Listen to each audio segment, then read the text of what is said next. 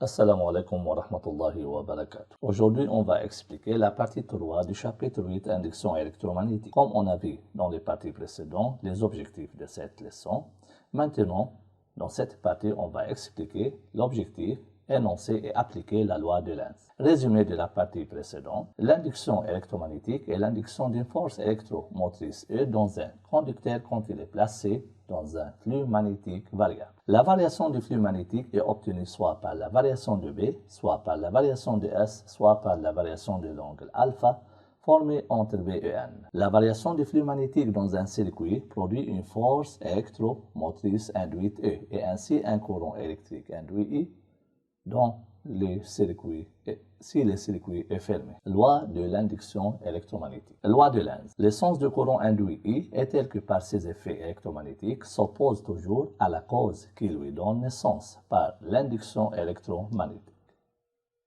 Application sur la loi de Lenz. Variation de l'intensité du champ magnétique. Dans cette expérience, on a une bobine de N spire. Un ballon est monté. Lorsque le mont s'approche de la bobine, le champ magnétique créé par le mont à travers la bobine augmente et ainsi un courant circule dans la bobine, comme vous voyez. Lorsque le mont s'arrête, le courant dans la bobine disparaît. Lorsque le mont s'éloigne de la bobine, le champ magnétique à travers la bobine diminue et un courant circule dans la bobine dans l'autre sens. Comme on a vu dans la partie précédente, la variation du champ magnétique ou bien la variation de l'intensité du champ magnétique produit une variation du flux magnétique à travers la bobine. Alors, la bobine est le siège d'une force électromotrice. Et comme le circuit est fermé, le courant circule dans ce circuit. Mais on remarque que le courant circule en deux sens opposés selon le déplacement de l'élément. Comment on peut déterminer le sens des courants induits dans le circuit induit fermé? On peut déterminer le sens des courants par deux méthodes différentes. Première méthode est d'appeler la loi de Lenz, qui est le sujet à étudier dans cette vidéo. L'autre méthode est d'appeler la loi de Faraday, sera dans la vidéo suivante. Lorsque B augmente, un courant circule dans la bobine de façon à créer un champ magnétique induit BI dans le sens opposé. Lorsque l'aimant s'arrête, BI, le champ magnétique induit BI, disparaît. Et ainsi les courants s'annulent. Lorsque l'aimant s'éloigne de la bobine, B diminue et un courant circule dans la bobine de façon à créer un champ magnétique induit BI dans le même sens de B.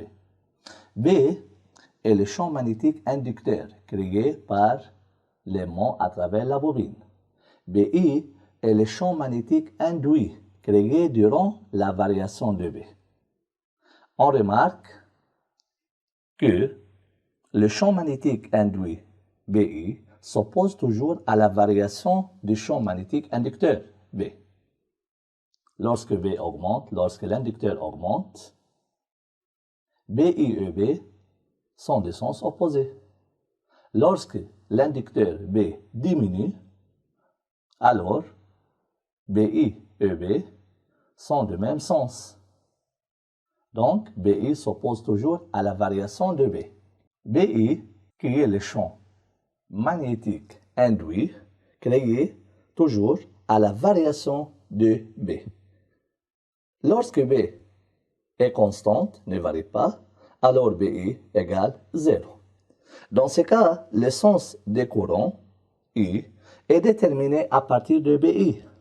Le sens du courant induit est déterminé à partir du champ magnétique induit BI, selon la règle de 3, selon la règle de la main droite. Les pouces se dirigent dans le sens du champ magnétique induit BI. Et les autres doigts de la main droite sont repliés dans le sens du courant induit. Variation de la surface balayée. On a deux rayes parallèles fermées à une résistance. L'ensemble est plongé dans un champ magnétique uniforme B. Dans ce cas, B est entrant, perpendiculaire au plan de deux spires. Et on a une tige peut se déplacer sur les deux règles. Lorsque la tige se déplace à droite, par exemple, la surface limitée par la tige et les règles augmentent, alors, comme vous voyez, un courant circule dans le circuit tige-règle de façon à créer une force de la place ou bien une force électromagnétique dans le sens opposé de V. D'après la loi de Lenz, F, la force électromagnétique, s'oppose toujours au mouvement de la tige. Alors, F et V sont des sens opposés. Comment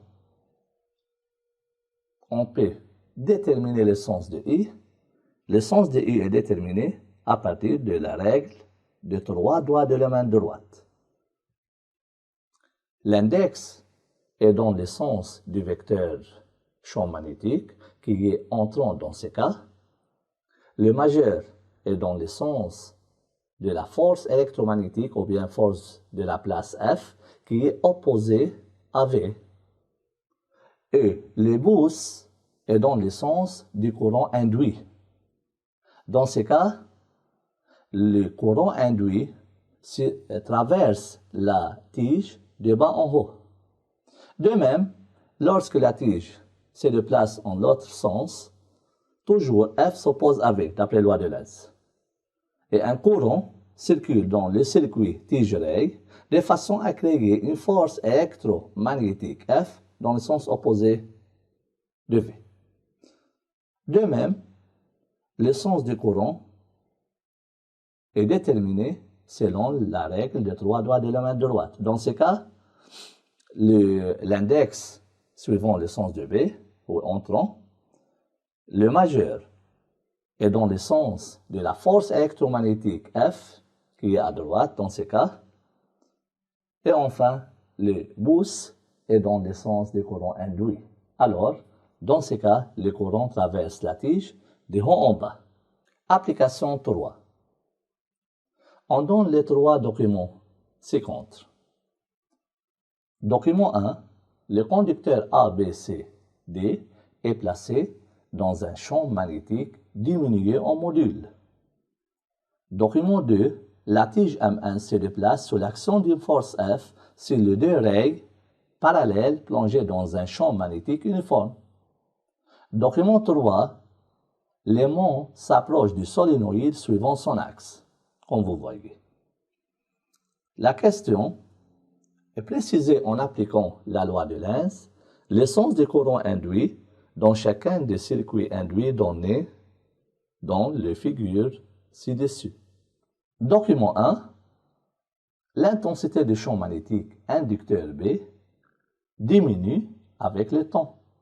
Ainsi, le courant induit I parcouru le circuit pour créer BI dans le même sens que B.